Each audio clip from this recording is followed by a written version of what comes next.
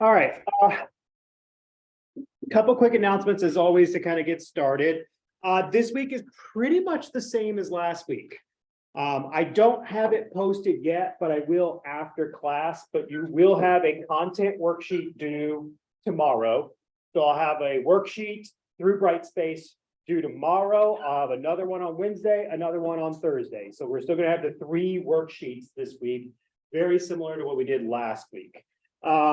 Posted to Brightspace is then, and I'll email about this after class, but also is a discussion reading.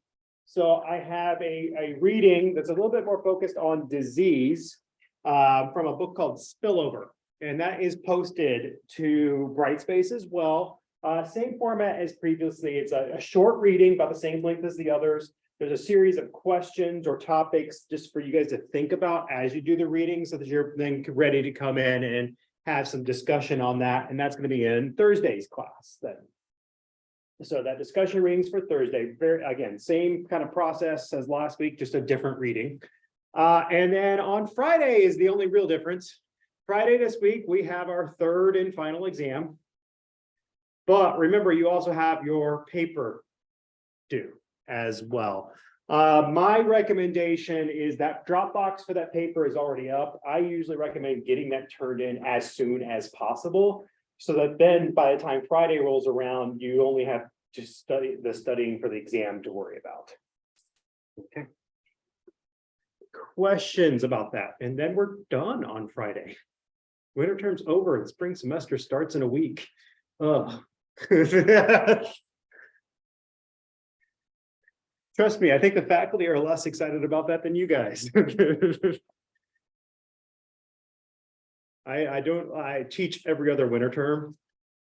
And any year where I teach winter term, going into spring semester is always just awful.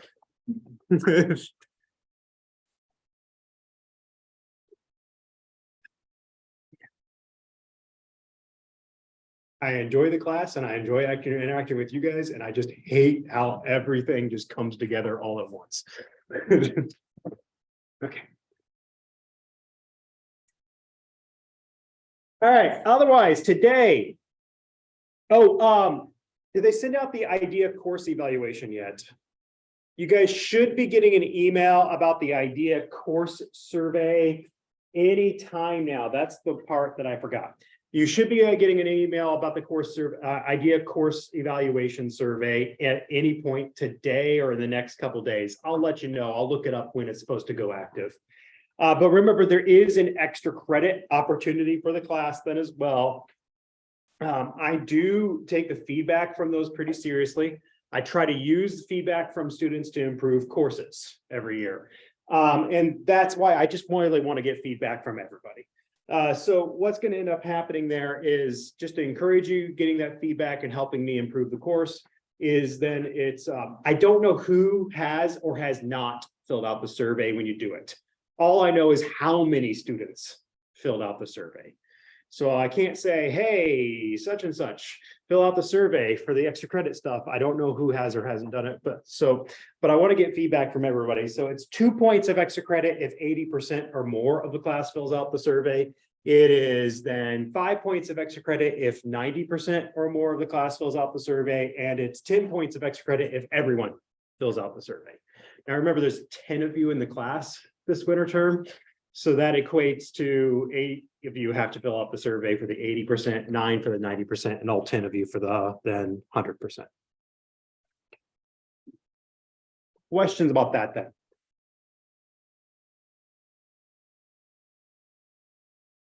You guys get sick of filling out those surveys probably for all your classes all the time? Okay, thank you.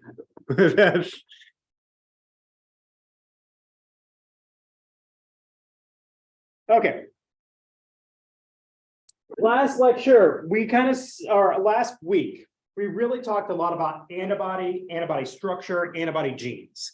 We talked a lot about T cell receptor structure, T cell receptor genes, and then also major histocompatibility complexes and endogenous versus exogenous antigen processing.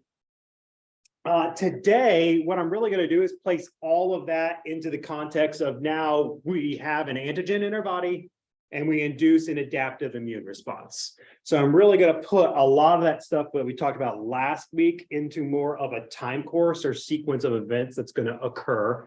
And we're going to talk about T cell activation first, and then towards the end of today, B cell activation. So these are going to be now, we have a mature B cell, we have a mature T cell. They then have to undergo antigenic challenge. So whatever their antibody is, they detect their B cell and its antibody of its B cell receptor, it sees antigen.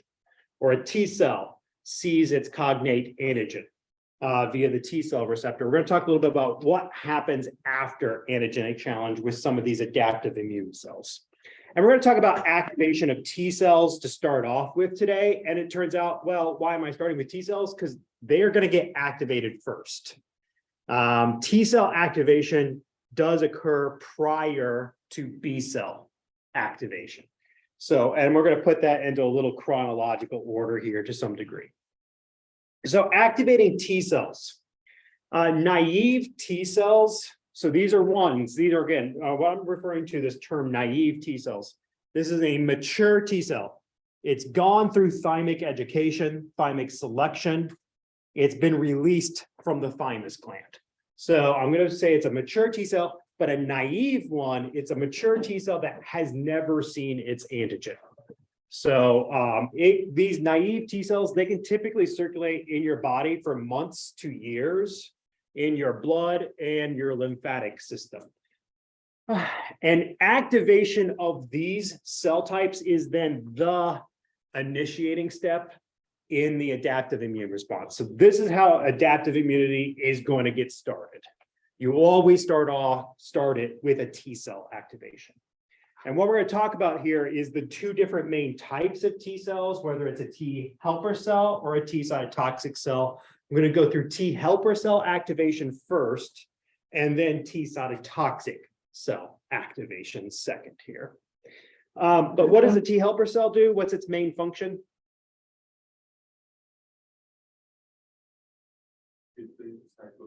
Yeah, cytokine production. So again, and we're going to talk a little bit about that one. And a T cytotoxic cell.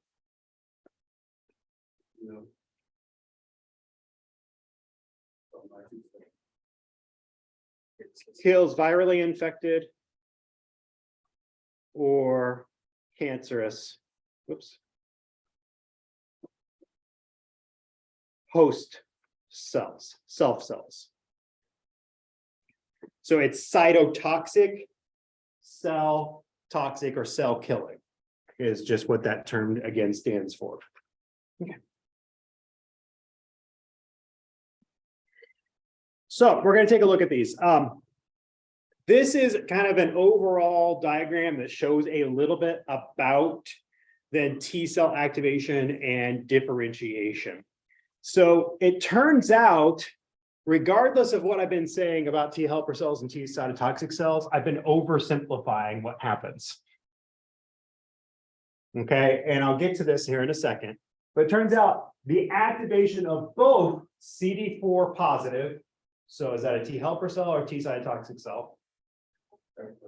T helper, because it's CD4 positive, but also CD8 positive T cytotoxic cell. It turns out activation of both start with antigen presenting cells. I know that's a little bit different than what I've been telling you guys, but it turns out these guys are really tightly regulated, and we're going to get to this. So don't worry about it too much yet. But CD8 positive T cytotoxic cells have really tight regulation on their activity. Why do you want to really tightly regulate their activity?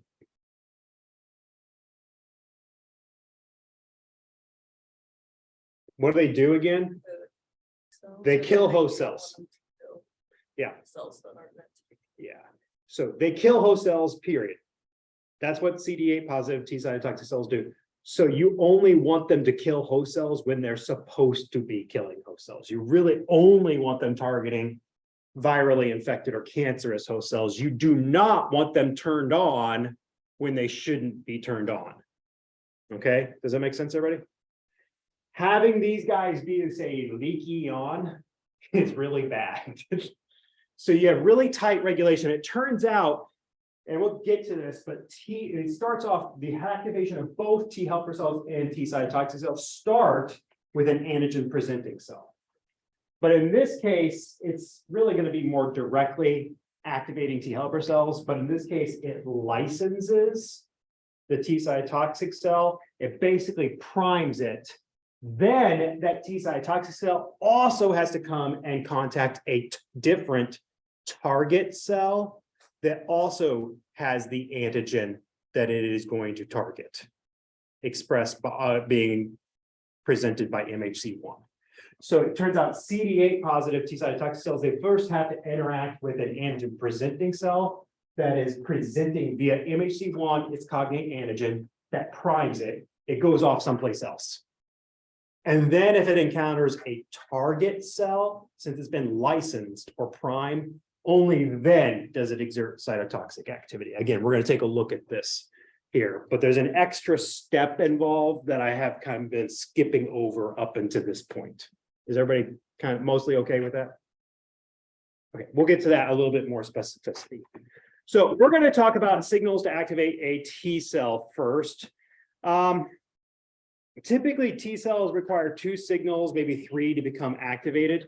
In this case, the signals involved in the activation do include their T cell receptor and either the CD4 or CD8 co-receptor molecule, then interacting with antigen attached to MHC. Now, I'm just talking T cells in general. This could be a T helper.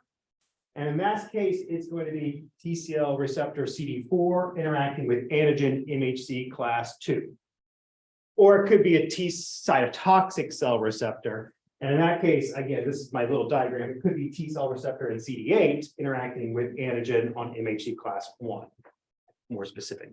But they are going to require those T cell receptor antigen MHC interactions to be happening. That is probably the main activating signal for T cells. But they also require some co-stimulatory signals. So for instance, there is a molecule called CD28 on T cells, and this has to interact with either CD80 or 86 ligands, then on the antigen presenting cell. So this is going to be signal 1.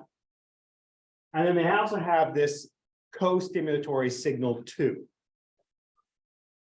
But that's 2 signals that are going into there.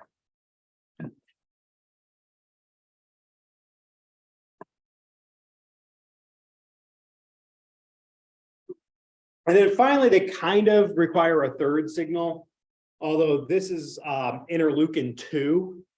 IL-2 stands for interleukin 2, but it's a cytokine. And I said kind of 2 because it functions in what is called an autocrine. What does auto mean? Yeah, self.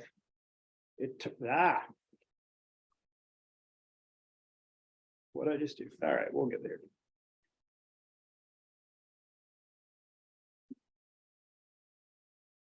Again, auto means self.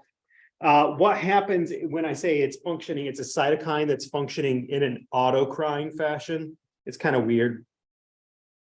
But they get these 2 activating signals. This turns on interleukin 2 gene expression, but also interleukin 2 receptor.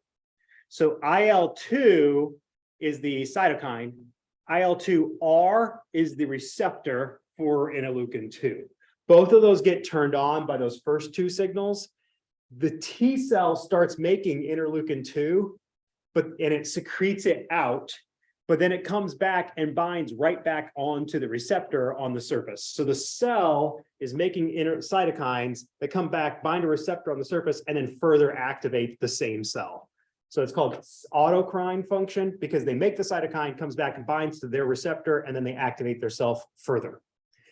This basically puts in a little step where they have to have strong enough activation that enough cytokines are getting made. And then that causes some positive feedback if enough cytokines are getting made. And that's kind of the third activating signal. But if that happens, it's going to activate the T cell. It might proliferate. It might differentiate into, say, memory T cells or effector T cells then as well. Questions about that? Okay. Those co-stimulatory signals, whether or not you guys realize it, I have mentioned them before. The CD80 and CD86 proteins fall into what is called a B7 family of co-stimulatory signals. And those co-stimulatory signals or B7 signals are required. The presence of those signals is necessary to have proper activation of T cells and proper change in their gene expression. They help get you interleukin-2 production. They help get you proliferation and differentiation then of those T cells upon being activated. So really to have that T cell activated, you need both the T cell receptor MHC signaling, but also those co-stimulatory interactions then as well. And if you get only one of them, so let's say you have, for instance, the T cell receptor MHC signal, just one signal coming in. But if you lack that co-stimulatory signal, a lot of times this results in what is called clonal anergy. And anergy is the opposite of energy. What's energy? What's the definition of energy? The capacity to do work or cause change, in essence, to act, in essence. Anergy is the opposite of that. It's where they don't do anything. They don't change. And it turns out if you don't have these co-stimulatory signals, if you just get signal one, this turns on some genes that results in that T cell becoming anergic. And that means it just doesn't respond to signals anymore. So it creates a cell that cannot respond to antigenic challenge in the future. It's called clonal anergy, or anergic for cell. Questions about that? So they really got to have both of the signals, or you're going to get the clonal anergy, and it's just not going to work at all anymore. Again, this puts some tighter control on these so they don't get activated improperly, is the idea here. Okay. Now, when you have a T cell interacting with an antigen presenting cell, a lot of times I've been showing you diagrams where it just looks like here's a cell, here's one T cell receptor with one MHC molecule, here's a co-stimulatory, and not a whole lot else going on, right? Well, that's not the way it actually looks, though. There is a series of interactions between T cells and their antigen presenting or target cells that creates something called an immune synapse. It's not just one receptor and one co-stimulatory thing. And in fact, it's not just one little tiny parts of the cell that are binding with one another. There's intimate and extensive surface interactions. The T cell really smashes up against the antigen presenting cell. And there's a lot of interactions between them. And often you get these things where, again, this is my antigen presenting cell in blue versus a T cell in yellow. This is, again, just in a fluorescent microscopy, but a lot of times there's entire sides of the cell that are interacting with one another, if not a little bit more than that. And what they create are a series of interactions that's called an immune synapse then. But this is typically, so this might be an immune synapse from a CD4 positive cell. This would be an immune synapse from a CD8 positive T cytotoxic cell. But what you have, it's not just T cell receptor and say so this is MHC class 2 presenting antigen to a T cell receptor. Remember, there's going to be that CD3 co-receptor. There's going to be those co-stimulatory signals like CD28 and CD8086. That's going to be all involved in both. But there's also going to be these other molecules that are in there. And these are what are called cellular adhesion molecules. So things like then LFA1 is going to come off of a T cell, and CD2 is going to come off a T cell. This is going to interact with things like ICAM molecules or LFA3 molecules on either an antigen presenting cell or a target cell. And you even have some other, so you're going to have some of these other guys involved as well. These are strong adhesion molecules. They basically tether the two cells together, and they keep them together for a fairly extended period of time. It's going to be in the magnitude of hours where they're going to stay attached together, interacting and sending signals.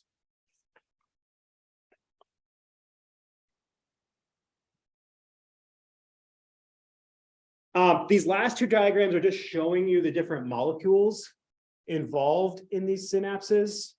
I'm still only really showing you one of each involved in these synapses, but it's actually even more a bit complicated than that, because it's not just one of each that falls, it's multiple of each that are involved in these synapses. So you might have multiple T cell receptor MHC antigen complexes formed. CD4, CD8 is going to be involved in this. You're going to have multiple adhesion molecules involved in these synapses. But these synapses, again, are going to be multiple T cell receptors and adhesion molecules involved in these interactions. This gives you stronger binding between the T cell and the antigen presenting cell, but also that results in stronger activation. Typically, with T cells, one single T cell receptor interacting with MHC peptide complexes can be enough to activate it, but is often not enough. So one single T cell receptor interacting with the MHC peptide can be a strong enough signal to activate a T cell sometimes, but usually it involves these synapses and multiple interactions that then really get a strong activating signal on T cells then. Questions about that?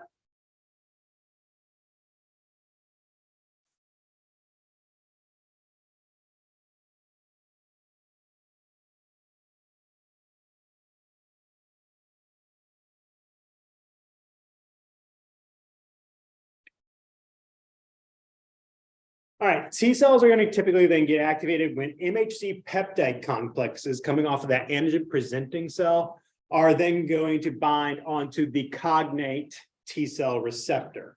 But remember, every T cell has a different T cell receptor with a different antigen specificity. So it's got to be the right antigen. This is then going to transmit a signal into the cell. Again, you've got that CD4/8 co-receptor molecule.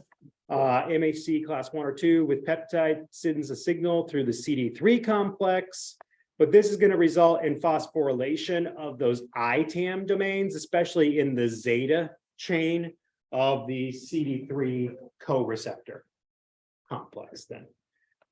So you get phosphorylation of those ITAM domains. Those phosphate groups then are going to get transferred.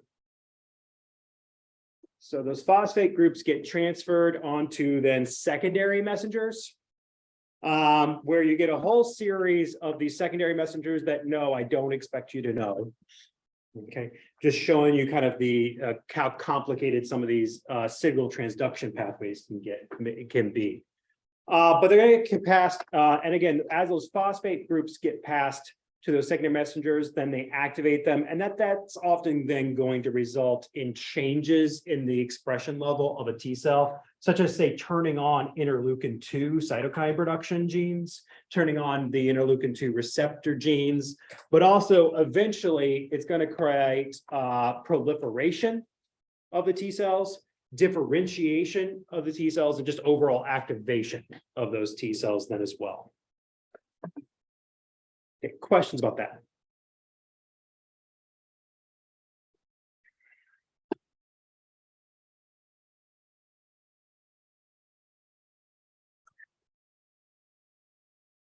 All right, what I'm gonna do now, that's just kind of T cell activation in general. All that stuff we just talked about is going to be involved in T cell activation, whether or not we're talking about T helper or T cytotoxic cells, both of them. But I am going to go through a few key differences. I'm going to go through more specifically T helper cell activation, and then what happens once a T helper cell is activated. But then we'll go through T cytotoxic cell activation and what they do that's activated as well.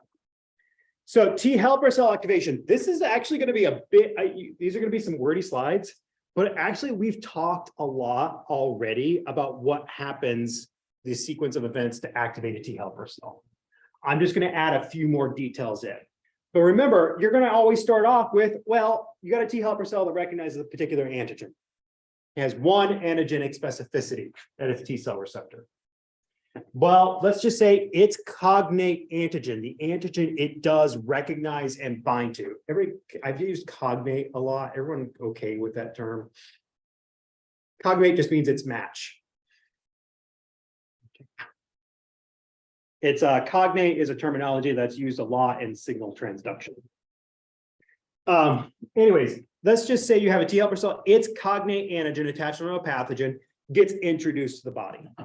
Typically, wherever it gets introduced, the antigen is then captured and taken up by an antigen presenting cell, an APC for short. These antigen presenting cells are going to take up that antigen by either phagocytosis or receptor mediated endocytosis.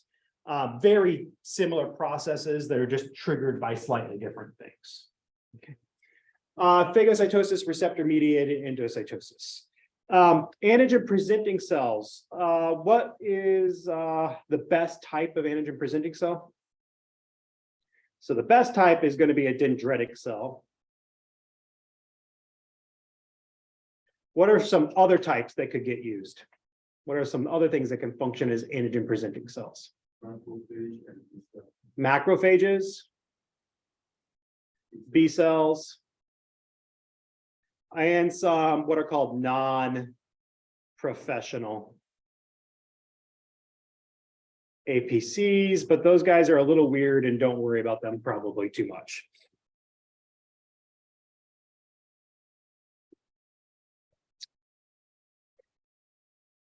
Antigen presenting cells are going to take up the antigen wherever it's at. Could be that the antigen presenting cell is associated with your skin, and then maybe there's a cut in your skin. Where could be that these antigen presenting cells are in your are associated with gut tissue or respiratory tract, mucosal surfaces. Could be these antigen presenting cells are in your blood. Could be the antigen presenting cells are already in your lymphatic system. So these antigen presenting cells are spread throughout our body. They're in our tissues and our different body systems. But if they take up antigen, do they stay in that spot? No, where do they move? So yeah, once the antigen presenting cell takes up antigen, typically it then migrates to our secondary lymphoid tissues. Or occasionally also the dendritic cell is already in the lymphoid tissue, or the antigen presenting cell is already in the secondary lymphoid tissue. It just happens that antigen is there. So if the free antigen is in your lymph, it can get taken up by antigen presenting cells that are also already there in your lymph, and maybe it doesn't have to migrate at all because it's already there. Typically, when I say they migrate, they're going to usually migrate to lymph nodes. This is going to be the main site. Lymph nodes are going to be the main site of T helper cell activation. Okay. It could, though, be occasionally spleen or MALT regions as well. Yeah, no. When you have the antigen capture, would that take place like in blood or tissue? It can take place in blood and tissue. So yeah, you do have dendritic cells are kind of interesting. It turns out there's a lot of tissue specific dendritic cells. So the dendritic cells take on slightly different forms dependent upon what tissues they reside in. So you do have like some epithelial dendritic types. You have actually some brain dendritic cell types. for instance, even. So you do have different kinds of dendritic cells in different tissue, but you'll find them pretty much throughout the body. Okay. This is then, remember those APCs, those antigen-presenting cells, are also going to process the antigen by the exogenous antigen pathway. So they do exogenous processing and presentation on MHC class 2. Sorry, I wrote over the top. I was doing such a good job for a second there.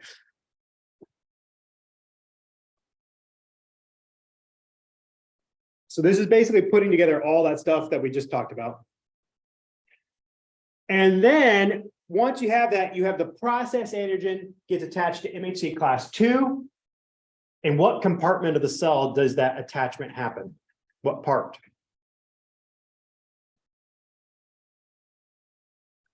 For the exogenous pathway, it's not the rough ER. That would be the endogenous pathway. It's going to happen in the phagosomes or endosomes / the lysosomes they fuse to.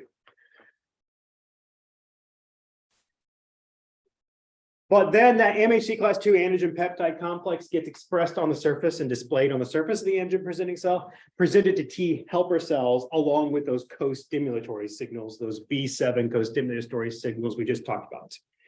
This will then activate the T helper cells.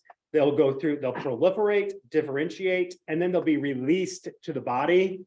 And often through the use of chemokines, they'll migrate to the site of infection, the inflammatory regions.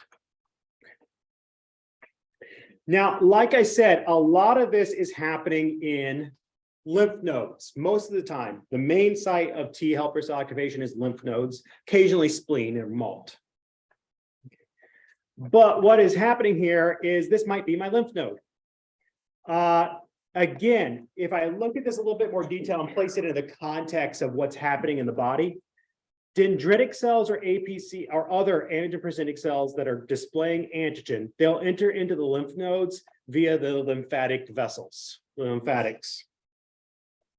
So here is my dendritic cell, for instance, that's going to be presenting antigen. It's going to come in here and then it's going to present that antigen to things like T cells, but also occasionally B cells, which we'll get to here as well. Free antigen complexes, immune complexes can also enter into the lymphatic system. This can result in free antigens can activate B cells in the lymph nodes, or those free antigens can get taken up by dendritic cells and macrophages in these secondary lymphoid tissues like the lymph nodes and presented to T cells, and that activates them as well. Okay, so you can have a migratory dendritic cell, you can have free antigen in the lymph nodes, but either way, you're going to get activation a lot of times of immune responses in the lymph nodes then, for instance. So this might be, again, a dendritic cell coming in. This might be free antigen coming in my diagrams. Okay. Now, this is just kind of a short movie. It shows malaria sporozoite cells coming into the lymph node and then getting engulfed by an antigen-presenting cell. So, oops, actually, let me go back to the beginning. So what you have here is the Plasmodium berghei. This is a type of malaria. It's going to be in red. The lymphatic tracers are going to be in blue. So this is just lymphatic cells. And then this is going to be a marker for an antigen-presenting cell in green. So here is then my malaria pathogen. There's some, and then you can see the antigen-presenting cells kind of latch onto it and engulfed it, and they're actually digesting it. They took it up right there. I know it's kind of hard to see, but we basically just saw phagocytosis is what we just saw. It's really fast. I know the details aren't great, but that's what you're kind of seeing here is there it goes out. It just got engulfed. And when it kind of went over there, that was the cell kind of slurping it in.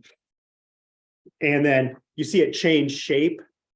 Did you see how the malaria cell also changed shape? It went from kind of very elongated to it was getting digested apart as well. What was happening is inside those endosome complexes, it was getting digested into fragments. So those markers were there, but they were no longer attached to any kind of cellular body, and instead just free floating inside of a circular endosome vesicle. Does that make sense already? Okay. Naive CD4 positive T cells.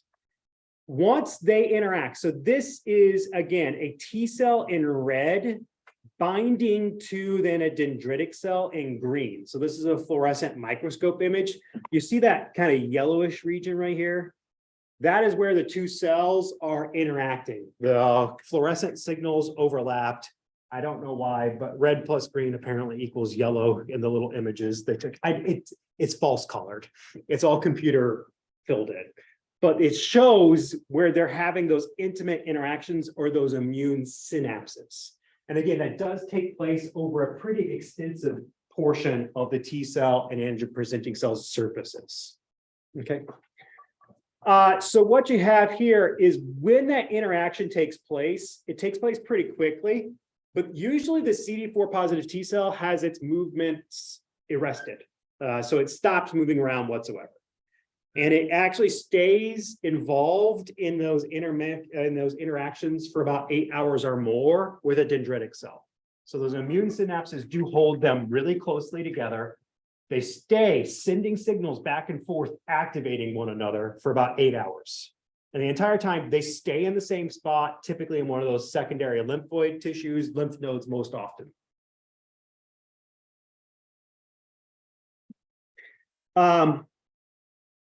And this is just going to kind of show it. Again, you've got thymocyte probes and dendritic cells in the cortex. So thymocytes are in the red, whereas the yellow is more of the dendritic cells.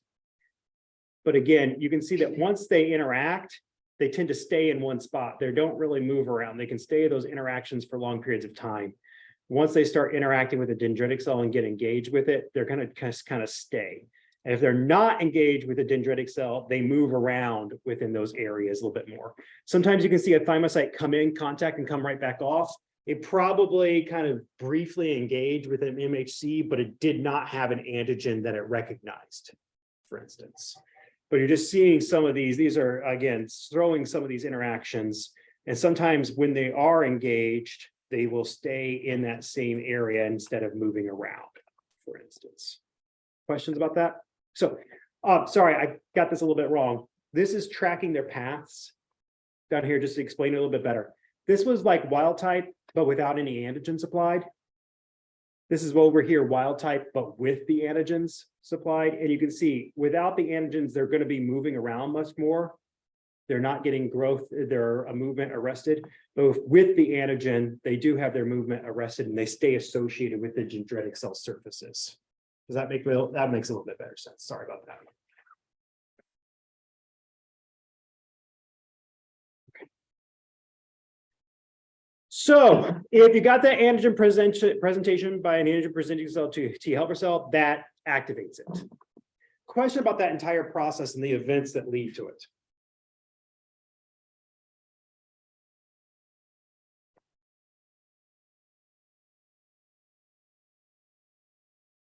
Again, once you activate a T helper cell, it changes change in its gene expression that cause proliferation.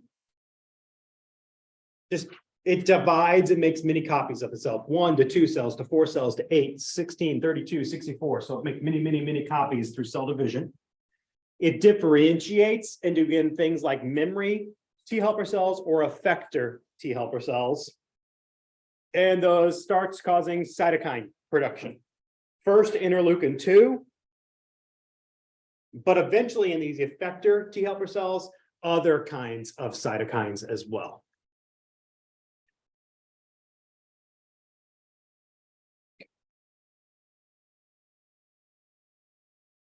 Now, during this activation, also, I've been talking about T helper cells like they're one monolithic kind of cell. And unfortunately, and unfortunately, that's not actually the case. There's other chemical cues that can come in during this process, and they sometimes get you different kinds of T helper cells. So it turns out, for instance, there's T helper cell type 1, T helper cell type 22, T helper cell 9, T helper cell 2, T helper cell 17, TFH cells. and also even what are called T regulatory cells. And all of these are do different things. By the way, I know it says T helper cell 22, TH22 cell. That doesn't mean there's 22 types of T helper cells.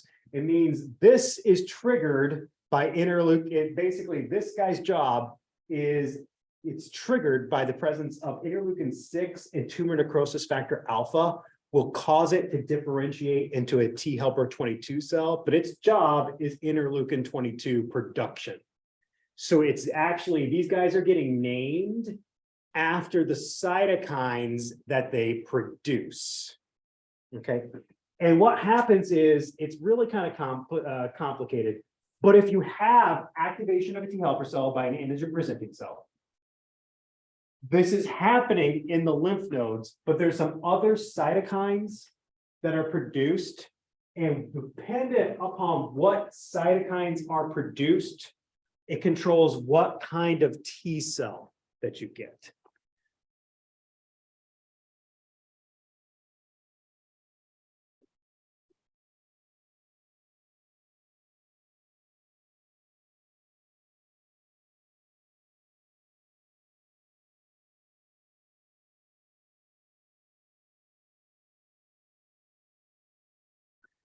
So if this T cell is differentiating and proliferating in the presence of interleukin 6 and tumor necrosis factor alpha, you get a 22 type T helper cell, and its job is interleukin 22 cytokine production.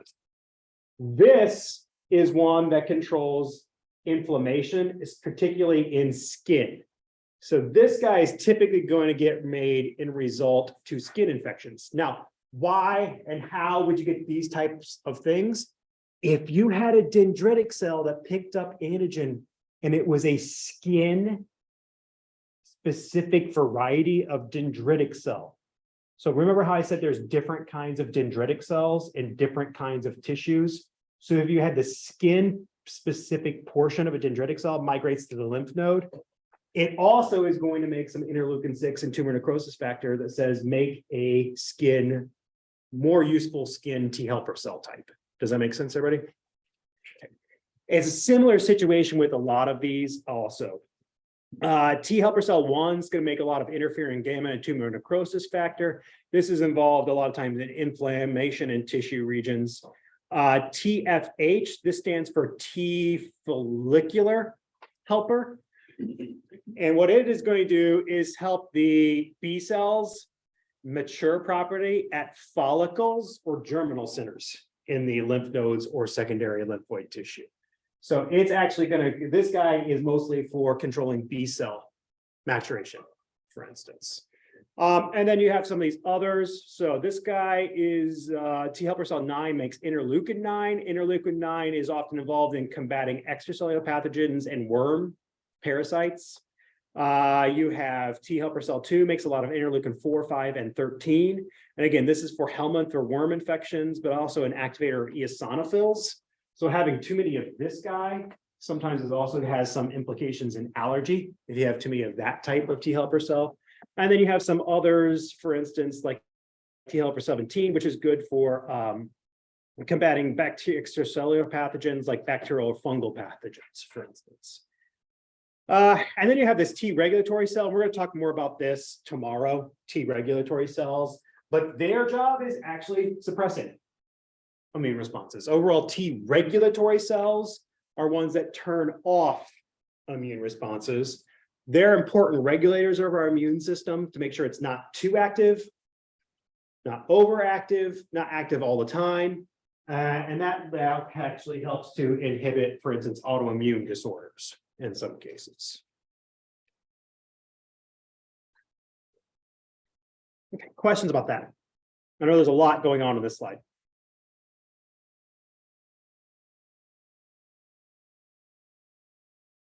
And no, I don't necessarily expect you guys to have all of this memorized. It's basically the concept that I want you to know, rather than necessarily, oh, those cytokines equal this kind of T helper cell. No, you don't need to know that, okay?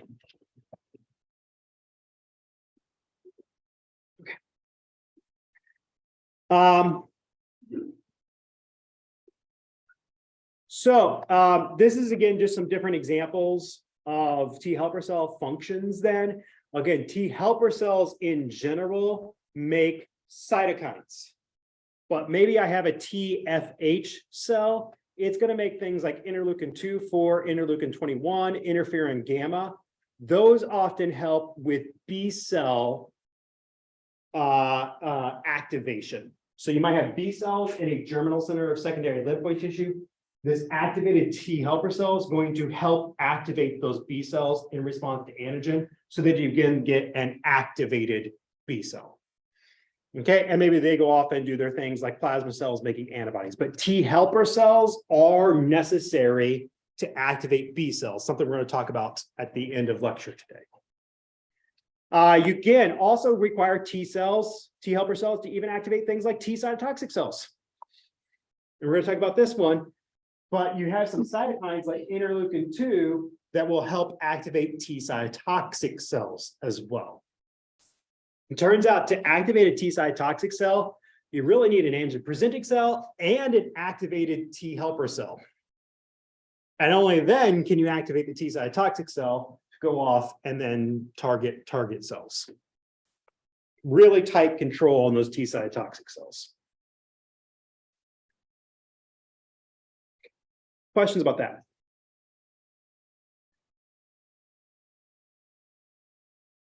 T helper cell activation. You guys might have heard of also what are called cytokine storm disorders. Those have been in the news a little bit as of late, partially due to the COVID-19 pandemic sometimes causing this. There are sometimes things that are called super antigens. Now, this is just a basically way of saying there's a bunch of different kinds of super antigens, but the idea is super antigens are just strong activators of our immune system, sometimes too much so. So super antigens will basically over activate the immune system. But the idea then is too many cytokines get produced. And this creates what is called a cytokine storm disorder. It often leads to things like toxic or septic shock syndrome. Whoa, what did I do here? Oh, shoot. Shock syndromes. And the idea with those guys is too many cytokines get produced. And then what ends up happening is you have inflammation. So we talked about this in the first week on a body-wide scale. And this causes hypotension or low blood pressure that enters into what's called shock. Causes a person to go into shock then because they're very, very, very low blood pressure. There's a lot of different kinds of super antigens, but there are several of these guys. What they do is these super antigens, why do they overact the immune system? There's several of these different types of super antigens. What they do is they bind onto T cell receptors regardless of T cell receptor antigen specificity. So they just bind onto and activate T cell receptors in general, even if that T cell receptor doesn't specifically recognize necessarily that cognate antigen. So these super antigens tend to be kind of leaky on T cell receptors. And that you get overactivation of then the T helper cells in particular. And their job is cytokine production, so you get too many cytokines made. So you still get these activating signals, into the T helper cell, and it gets too many cytokines produced. And then that's where you get these cytokine storm disorders.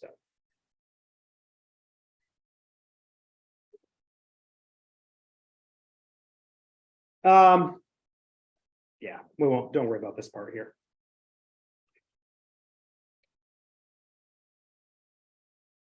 Questions about that?